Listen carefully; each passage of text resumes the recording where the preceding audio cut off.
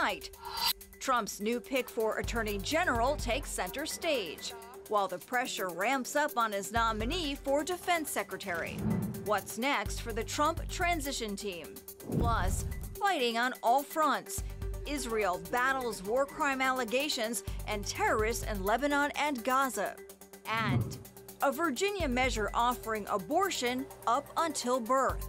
Details on a new controversial amendment that could change the Commonwealth's constitution. All this and more tonight on Faith Nation.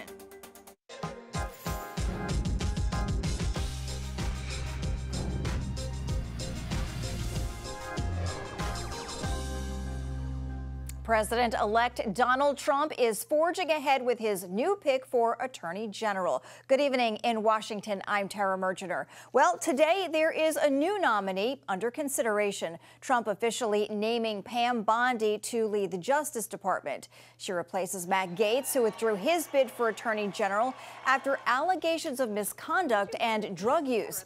Gaetz also announced he will not return to Congress next year. He resigned from the White House, or from the House rather, after Trump's nomination. The president-elect's new pick, Bondi, is a longtime prosecutor serving as Florida's Attorney General. She later registered as foreign agent and lobbyist. Bondi also served on Trump's legal team during his first impeachment trial. She's very deceptive. You look and you say, I wonder, is she tough? Oh, she's tough. She's scary tough, but she's fair, right? Meanwhile, Pete Hegseth, Trump's pick for defense secretary, has an uphill battle tonight. He's facing sexual assault allegations from 2017. Hegseth denies all accusations of wrongdoing, and no charges were filed in that case. Still, some senators have expressed hesitation over backing him. Senior CBN White House correspondent Kelly Wright has been tracking the story all day. He joins us now from the White House. Kelly, with Gaetz out, is Pete Hegseth under even more pressure now, and how does this affect his chances of getting confirmed? Well, Tara, good evening to you. He certainly faces a steeper uphill climb, if you will, in order to make it to that nomination of becoming confirmed as the next defense secretary, notwithstanding his legal woes as well as what took place, and there's been no charge for that. He's still having a problem with credibility, even though Vice President-elect J.D. Vance has been walking with him, talking to senators about it. As you've mentioned, senators are reluctant to move him forward. And because of that, there are already reports that President-elect Trump is already looking at a short-term list of who might be a replacement. And why did President-elect Trump choose Pam Bondi to be his new nominee for Attorney General? Well, you heard it very clearly in what he stated there about her being super strong. She might be deceptive, but she's a strong attorney. She actually stood by his side during that first impeachment, actually legally representing him. She has served as the Florida Attorney General. She brings a lot of experience and a lot of support that's known publicly for the president-elect. Now that, however, will rankle some Democrats in the Senate confirmation process because she's also an election denier. That notwithstanding, the Republican majority in that Senate will likely go ahead and put her through to become President-elect Trump's Attorney General. And Kelly, we know Gaetz will not return to the House next year, but will he consider returning to Congress at some other time? It's a very good question. President-elect Trump believes that Mr. Gaetz has a strong, bright future ahead of him.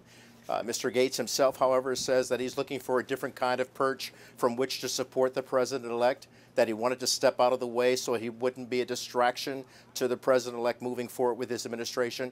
That notwithstanding, Mr. Gaetz has also stated that he's not sure what he will do, but he does not want to serve in government. He believes that the past 8 years serving in Congress has been enough. There is speculation, however, that he could come back in 2026 to actually try to run for U.S. Senate. Remains to be seen. Interesting. We also understand that Biden and Trump's chiefs of staff met in Washington. What was that meeting about? So that's all about making sure that the transition of power moves smoothly. Both of them coming together to talk about how that's done and also advising each other on how to handle their bosses, their chiefs. Susie Wiles will have to stand by the president-elect and help him with good news and bad news to help steer the course for the president-elect of the United States moving forward with his new administration. They still have to get to that matter of, though, signing those memorandums of understanding in order to make sure that the smooth transition of power between these two administrations, the outgoing and the incoming, takes place. So while it's cold and rainy here, there's a lot of work going on. It sure seems that way. Lots of moving parts, Kelly. CBN News senior White House correspondent Kelly Wright. Thank you, Kelly. Thank you. All right, as the transition process continues, we already have a picture of who could shape health policy under a second Trump administration. The president-elect has chosen Robert F. Kennedy Jr. to lead the Department of Health and Human Services, and he's planning to, quote, make America healthy again.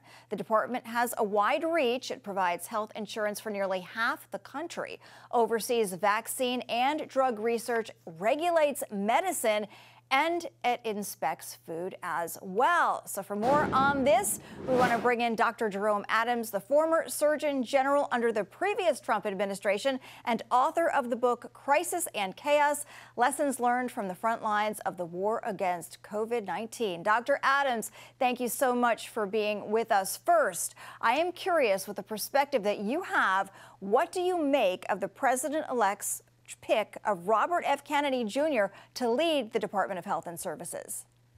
Well, we know President Trump ran on being a disruptor, and this is certainly a disruptive pick. I'll give you first the bad and then the good. The bad is that we're going into cold and flu season, and we're seeing a extremely low uptake of flu vaccines and of COVID boosters. The CDC just put out a report. H5N1, bird flu, is heating up, and I've been very vocal about this on social media. It very well could turn into our next pandemic. And last year, measles cases increased 20% globally. Over 100,000 people, most of them children under 5, died from measles. So it's a little bit concerning to have someone with a history of the vaccine rhetoric that RFK has and who's committed to attacking the CDC in charge at this time. That's the bad. The good is that he has lived experience with substance misuse. And so people who know me know that I've been very vocal about how we need to lower stigma because of my family's challenges with substance misuse, particularly my brother.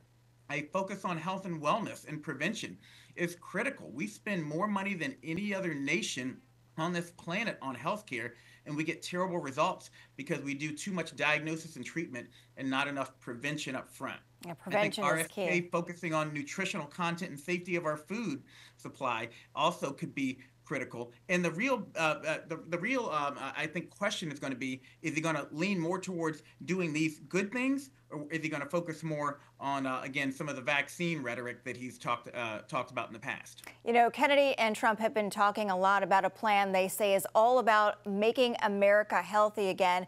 What do you see as the current biggest threats to the health of Americans that are the things the government can actually impact? Well, when you look at Dr. Oz in charge of CMS, potentially, he was nominated, working along with RFK, they can shift our healthcare reimbursement again from diagnosing and treating disease to really rewarding healthcare institutions and providers for prevention and wellness. RFK is well known for his environmental health work. So we can work on taking PFAs and microplastics out of our water supply. That's something people have long wanted us to address. And again, I really hope they focus on the opioid epidemic and substance misuse. Those would all be good things that the government could lean into. Right. And Trump has also said he plans to let RFK Jr. go wild on health. What does that mean? Well, again, the proof is in the pudding. We don't know yet what that means. I'm hopeful. What I would say to the viewers out there is things are never as bad as you fear they're going to be, and they're never as good as you hope they're going to be.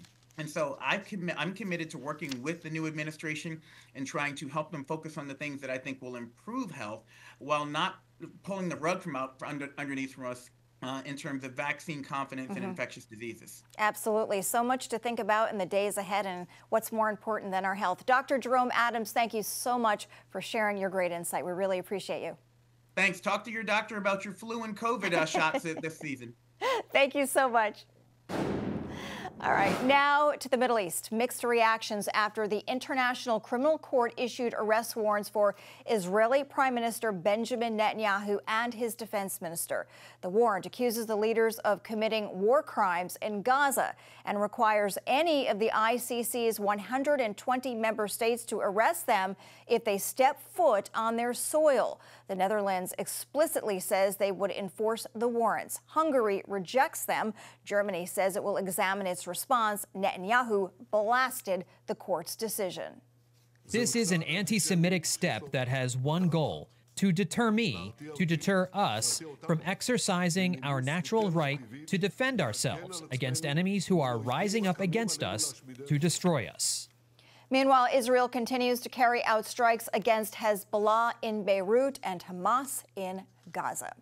NATO will hold emergency talks with Ukraine on Tuesday after Russia launches a hypersonic ballistic missile at a military facility. Zelensky accuses Moscow of escalating the war, and Ukraine's parliament canceled a session Friday due to the security threat. President Vladimir Putin says Thursday's attack was in retaliation for Kiev's use of American and British long-range missiles on Russian territory. All right, coming up, the abortion battle that could change Virginia's constitution when Faith Nation returns.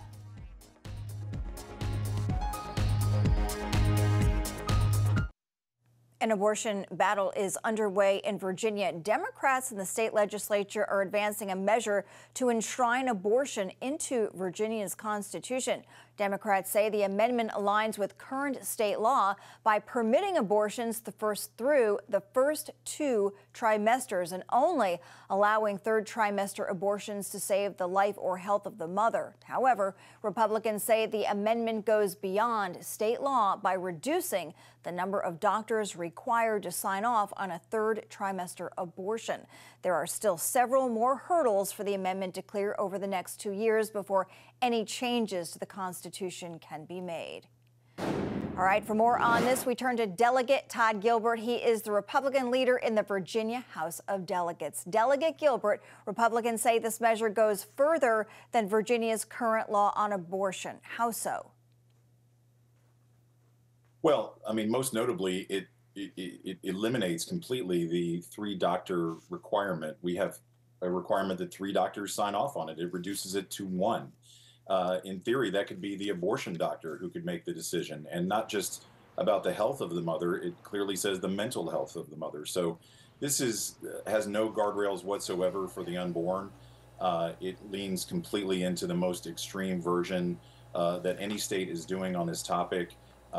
It goes well beyond Roe versus Wade. You know, a lot of folks, I think, especially pro-life advocates, don't realize that even Roe had limits, and it protected, or it recognized the state's interest in protecting a viable child once that child could be safely brought into the world. And this very extreme measure goes well beyond that and would not provide those protections even that Roe v. Wade provided. And you are also raising concerns about the amendment process, suggesting the committee appears to be rushing this issue and should have to wait until next year to consider an amendment change. Why is that? Sure. Look, regardless of where you fall on this issue, I mean, everyone recognizes that this is one of the most litigated topics in all of American jurisprudence. And it is literally a life and death issue. And so when we were given this new version of this constitutional amendment, it was literally laid on our desk, and we were told by the committee chairman that we had 5 minutes, all of 5 minutes, to look at a life and death issue, one of the most hotly litigated issues in American law, and we were given 5 minutes to look at it before the debate began. And these things happen in committee where even, you know, again, regardless of where you land on this, you have to get the words right if your intentions truly are to have limits. It was clear from the proceedings that we had in committee, our very last chance to ever work on this before it comes to a vote on the House floor. It was clear to us that they did not want to work on it, and they were going to push it through at all costs. And that was most probably because it doesn't have any of the limits that they're going to claim that it does. And President Trump also says he would veto a federal abortion ban, instead leaving the issue to the states. Is this a mistake in your eyes, and what does that mean for pro-life lawmakers? Not really. I mean, if you remember, pro-life advocates worked for decades to try to return this issue to the states. And so when Roe was overturned by the Supreme Court, that is exactly what happened. And so now to put that back in the hopes that a president who will be there temporarily will do something that everyone likes, I think puts in jeopardy the very foundation of what was achieved in returning this issue back to the states. So, again, this is what is being proposed in Virginia is extreme. It is well beyond anything Roe v. Wade contemplated. To your previous question, it's going to eliminate not just the 3-doctor rule, but it's going to eliminate things like parental notification, which may even be more scary than the other things that it does. So having children being able to be subjected to this procedure without their parents' involvement, I think speaks loud and clear to the intentions of Democrats, at least in Virginia. Gotcha. Delegate Todd Gilbert, thank you so much for being here. We really appreciate the insight this afternoon. Thank you. All right, up next, the season of charity is upon us, but experts say many evangelicals are choosing not to give. A look at what's behind the trend right after this. And welcome back. Nearly 80 million Americans are getting ready to hit the road for Thanksgiving. That is 2 million more than last year. And if you're driving, here's some good news. Gas prices are expected to drop below $3 a gallon in many places. Experts say the busiest days for travel next week are Tuesday and Wednesday. But if you want to avoid the crowds, go ahead and leave on Thanksgiving morning. Well, tis the season for giving, right? But it seems many Christians are not feeling quite as charitable these days. A new study reveals a significant decline in generosity among evangelicals. Giving to churches has dropped. 61% of evangelicals gave to a church over the past year. On average, donations of the faithful to churches have also decreased by about $500, and that's not all. Fewer evangelicals are also giving to ministries and charities outside their church. I had a chance to chat with Mark Drystadt, the president of Infinity Concepts, this week about this survey to ask what is going on. So, Mark, you have actually done a study. You've got some numbers here about evangelical giving. And wow, it's way down. It's 13% down from 2021. Mm-hmm. And it's also down giving to nonprofit ministries outside of the church. What is going on with evangelicals and donations at this point? Well, certainly we're seeing a complete drop in giving since our last survey in 2021 to this one that we conducted. There was a significant drop, 13%, as you mentioned, for church giving, but overall 17% drop in giving. So the giving is dropping across the board, churches and charities alike, where the average family is giving, something like 2.8% of their income. Nevertheless, not even think about the idea of a tithe. That's not even anywhere near reality. Less than 10% of people who consider themselves evangelicals are actually really tithers. And so we're facing a really interesting time for the church and for nonprofit ministries as those funds seem to be shrinking because there are fewer people who are giving less. I think it's partly because of the secularization of the church. I think it's also because of the economic challenges that we're facing in our culture and our nation right now. So what impact does this have? Obviously, if folks are not giving as much to the church can do less with some of its ministries. What is the impact in the big picture? Yeah, in fact, the church giving is essentially down 25% statistically from where it was in 2021. So churches have to consider, what are we going to do? Are we going to scale back programs? Are we going to change the methodology in which we gather funding for the church? There's a lot of questions. I have more questions than I have answers there. We are talking about perhaps looking at younger givers in a different way, finding a different way to engage around social causes that still have spiritual impact, looking for diverse ways to engage people in the community, in the work that the church is doing, in addition to the traditional passing of the offering plate, as it will. Right. Now, I have to ask, over the last, few years, a lot of folks are really feeling the strain of higher inflation, higher grocery prices, higher prices at the gas pumps. How much of this lack of evangelical giving is part of folks just feeling not as rich, maybe? Well, I think that certainly has a part to play with it. But we also saw, even among the higher income families, the same decline has been happening. We just finished an election. That could change everything. Why is that? Why would a new president, Donald Trump in this case, make a difference to how much money evangelicals are willing to give again? Evangelicals have been struggling with being judged on so many levels, against the woke culture. And there really has been, I think, a cultural onslaught against the body of Christ and against Christian principles. So I think, number one, I think in the new administration, we have the opportunity, optimistically, that we're going to find new freedom to be who we are in Christ and express our faith in more open and overt ways. And I think, secondly, I think the style of administration that we're going to see in the coming days is much more economically favorable to the free market. And when there's free market, everyone tends to prosper. And when people tend to prosper, they tend to be more generous. So we're hopeful that when we go and conduct this survey a year or two from now, we're going to see that this trend certainly has reversed and it has been a dip and not an ongoing trend. Well, let's hope so, because money is needed so the churches can do the very important work that they do. Really interesting study, Mark. Thank you for joining us. We'll keep an eye on this for sure. You bet. Thank you so much, Tara. Finally, tonight, it is beginning to look a lot like Christmas in the nation's capital, even though it's raining today. The 2024 U.S. Capitol Christmas tree has arrived here in Washington, D.C., marking the beginning of the holiday season with an annual tradition. This year's tree came from Tongass National Forest in Alaska, traveling over 700 miles by sea and nearly 4,000 miles by land. The 80-foot-tall tree was affectionately named Spruce Wayne, following a vote on social media by fans following the tree's journey. Spruce will be decorated with handcrafted ornaments and lights before ceremonial lighting scheduled for December 3rd, and that promises to be beautiful. Well, thank you for joining us today, and that's going to do it for Faith Nation. You have a great weekend, and we will see you back here on Monday.